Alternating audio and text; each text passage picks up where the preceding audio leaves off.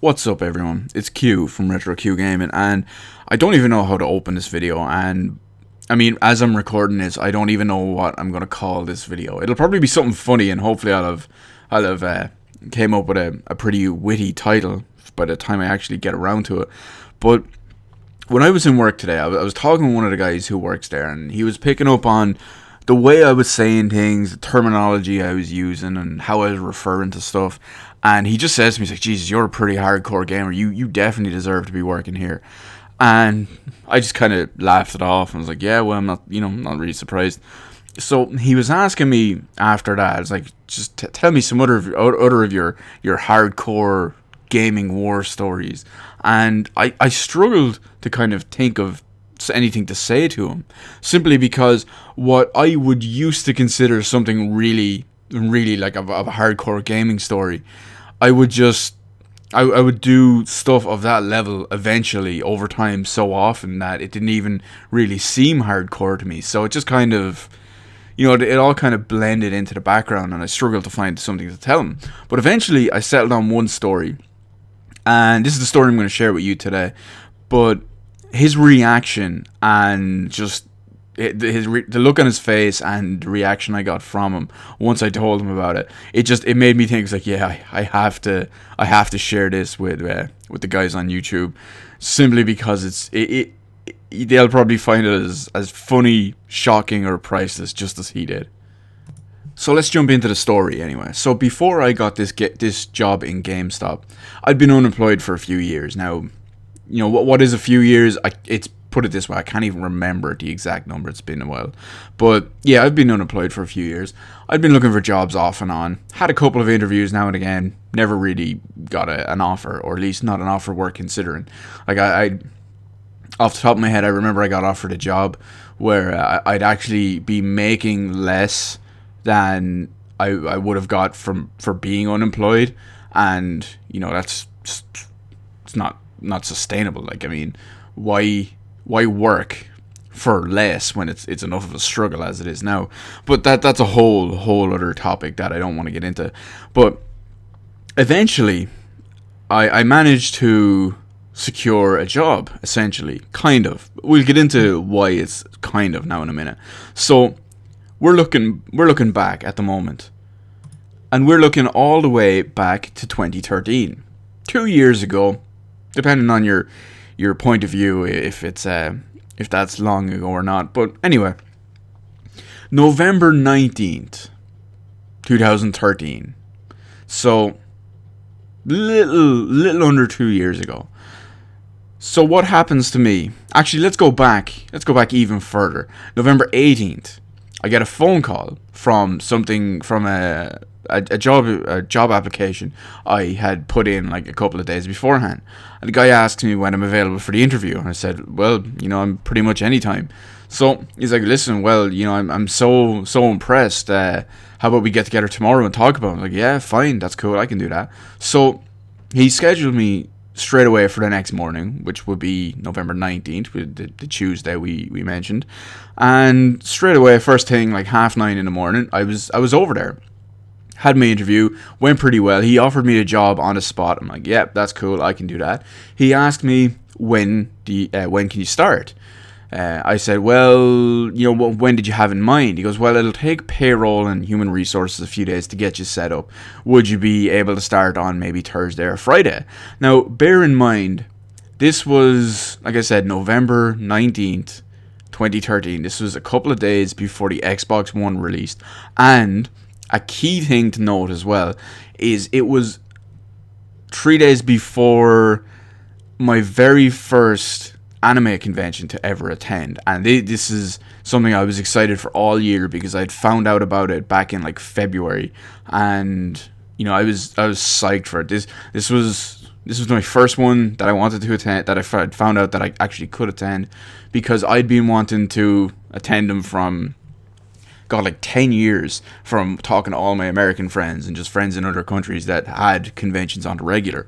So I was pretty stuck between a rock and a hard place. Between finally getting the job offer and when to start, the release of the Xbox One, and the very first convention. So I said to him, listen, you know, usually I wouldn't mind starting on the Thursday or Friday, whatever it would suit you best, but I'm not going to be here this weekend. Now I told him that I was going to a wedding in England, which was just a straight up lie, by the way, as we've all, as you've probably picked up so far. But I told him, like, listen, I'm going over Friday. I won't be back till like Monday evening. I can start Tuesday. So he was like, okay, that's not perfect, but we'll work with that. So I was like, yes. It was, that's me sorted for the weekend and an extra day of recovery. But what was really killing me was that the release of the Xbox One was on November 22nd, 2013, which was the same day the convention started. Now, because the convention was up in Dublin, I don't live in Dublin, myself and my two friends, we had decided that we'd go up to Dublin on the Friday morning, check into our hotel, and just stay in Dublin for the weekend.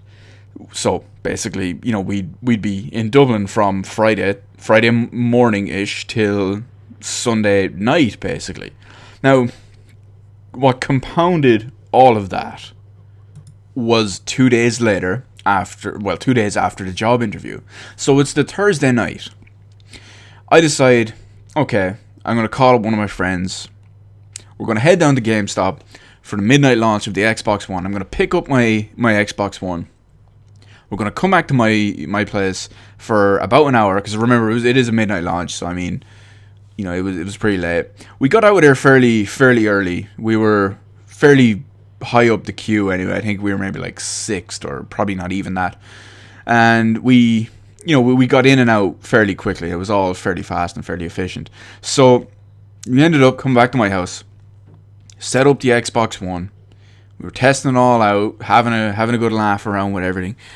Now, I'm a huge Dead Rising fan. I absolutely love Dead Rising 1. I very much enjoyed Dead Rising 2 and its little spin-offs, the Case Zero and Case West. Dead Rising 2 off the record, what can you say? It's basically the same thing.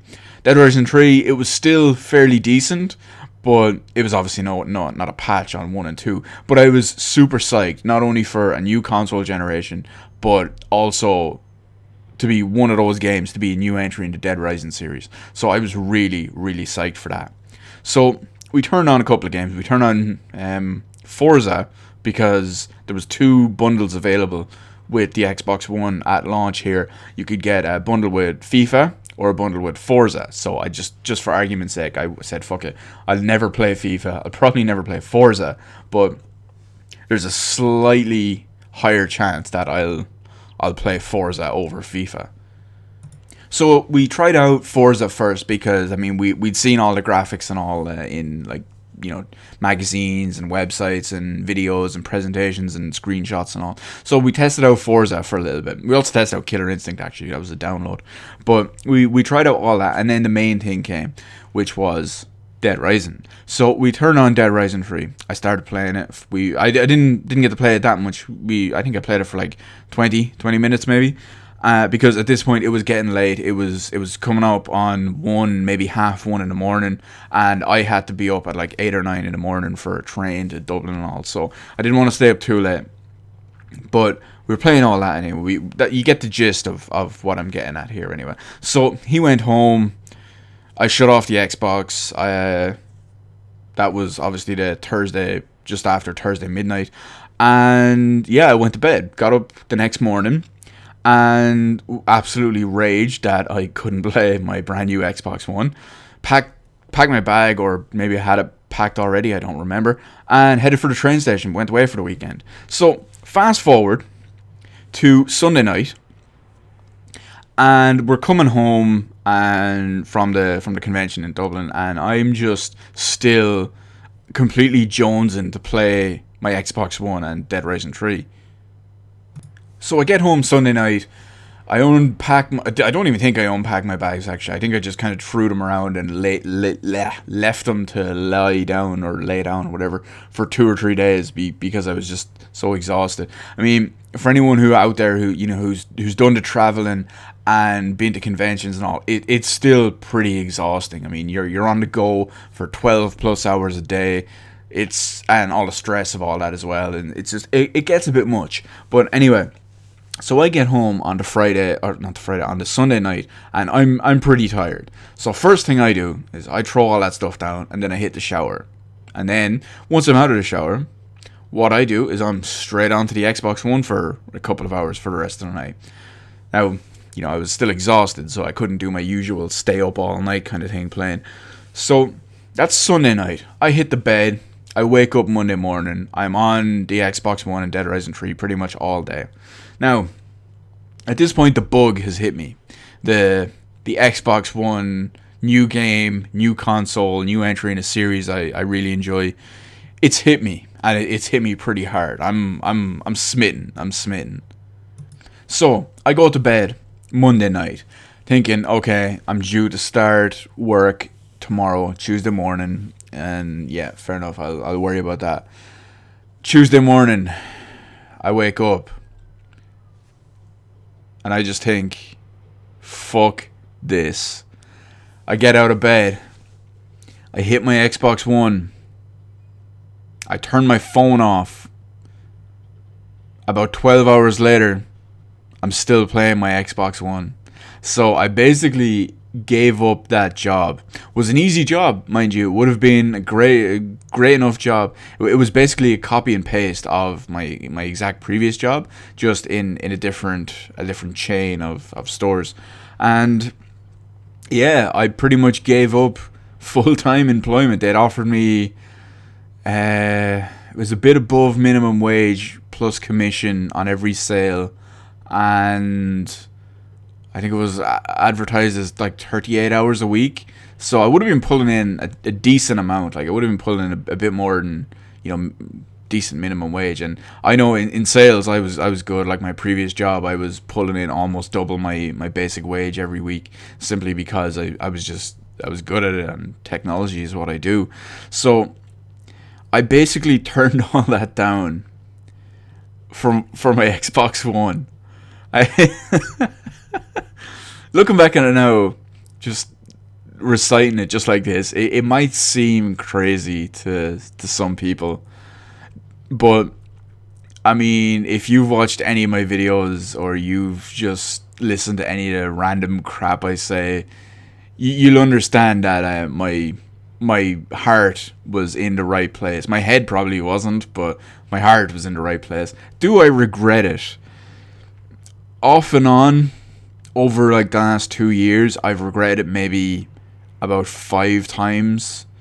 There'll be those times where you're struggling for a bit of cash, or you want to make all these big plans, and your money is what's stopping these plans from ever happening. And maybe about 5 times total within the last 2 years, I said, Jesus, I wish I took that job.